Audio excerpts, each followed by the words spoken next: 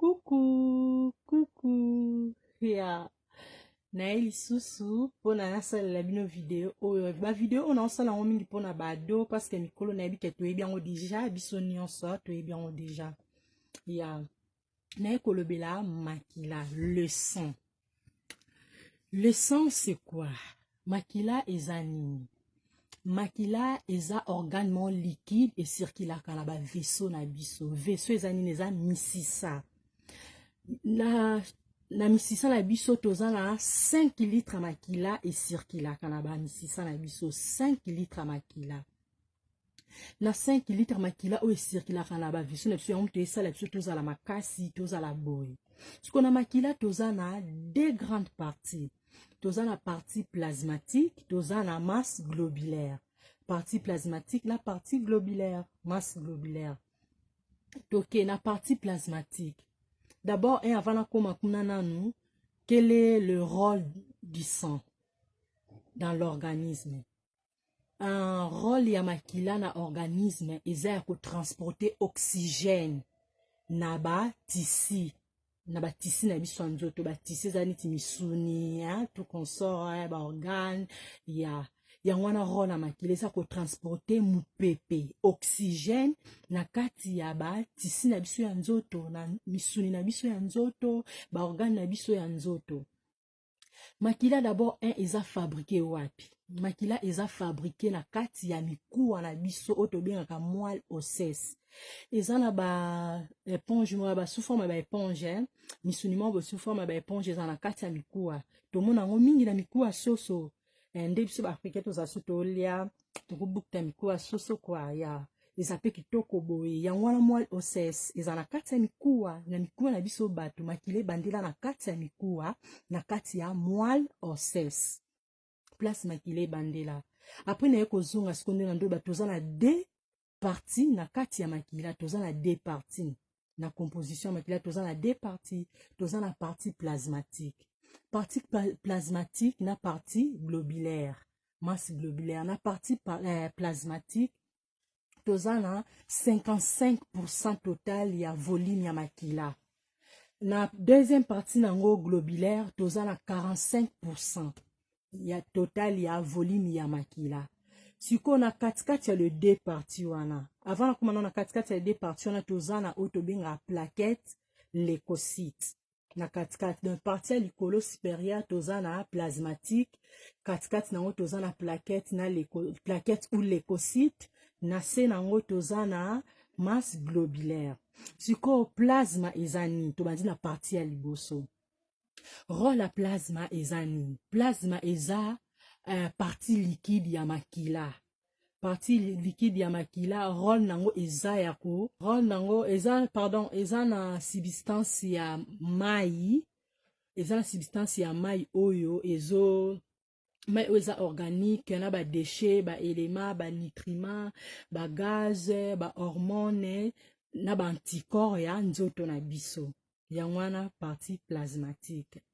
Siko tosisi déjà côté ya deux parties du sang na toza nango. Partie globulaire, non na lobeli vraiment te. Donc na kati ya makila toza na trois éléments. Na trois éléments wana, élément liboso toza na globule rouge, yami bale toza na globule blanc, yami sat toza na thrombocyte, otobenga plaquette. Yango ndeza yami satu, siko to bandi na globule rouge. Globule rouge eza nini? Globule rouge eza cellule oyo esirkulaka na ba capillaire po emema ti na ba tissu humain, ti na ba organe na biso ba tissu humain.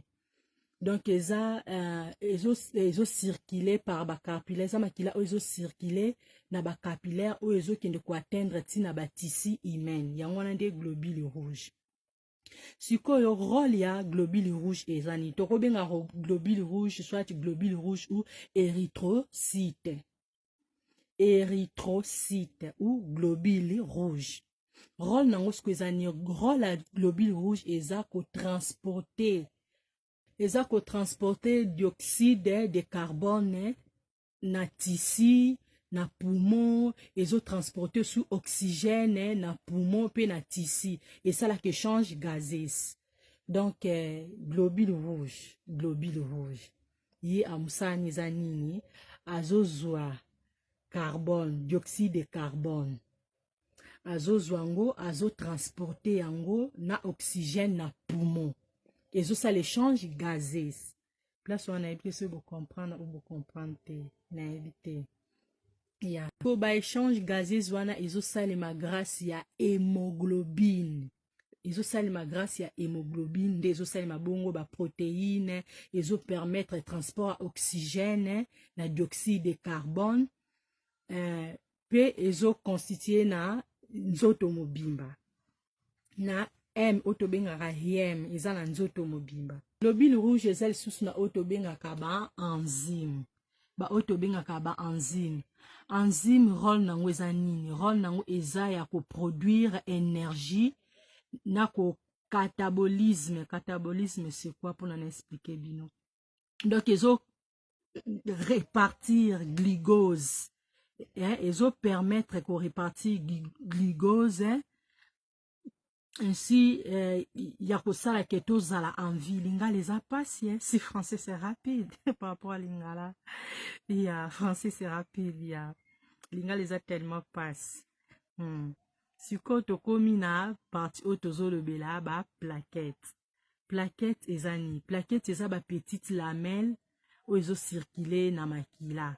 Rôle na ya plaquette eza ni rôle nango eza surtout sur hémostase. Hémostase eza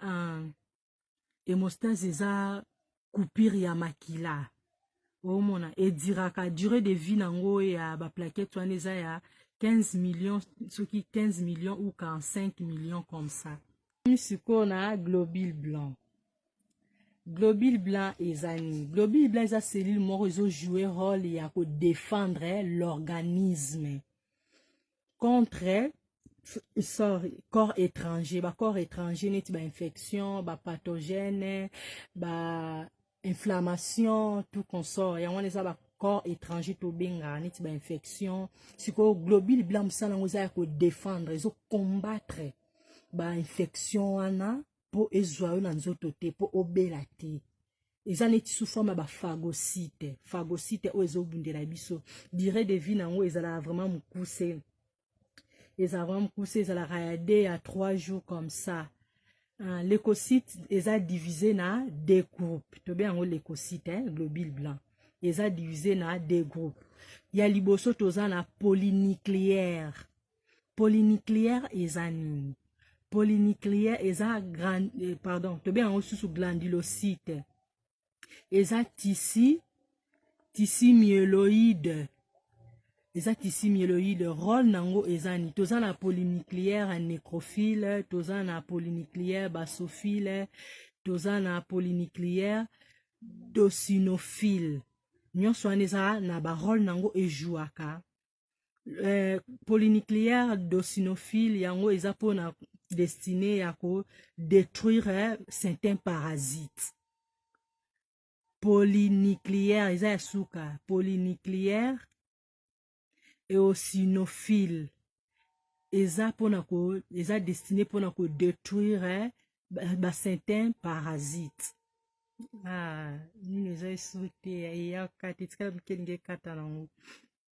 Polynucléaire neutrophile.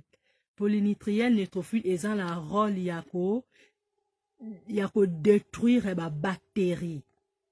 Donc chaque polynucléaire eza na rôle nango ejuaka na kati ya nzoto na biso seno ba phagocyte.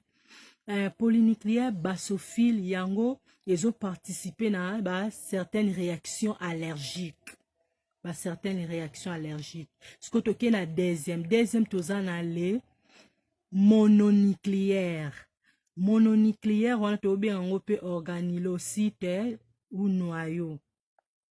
Eza vraiment segment vraiment distingué. Mononucléaire ezo jouer rôle na phénomène immunitaire ya nzoto na biso.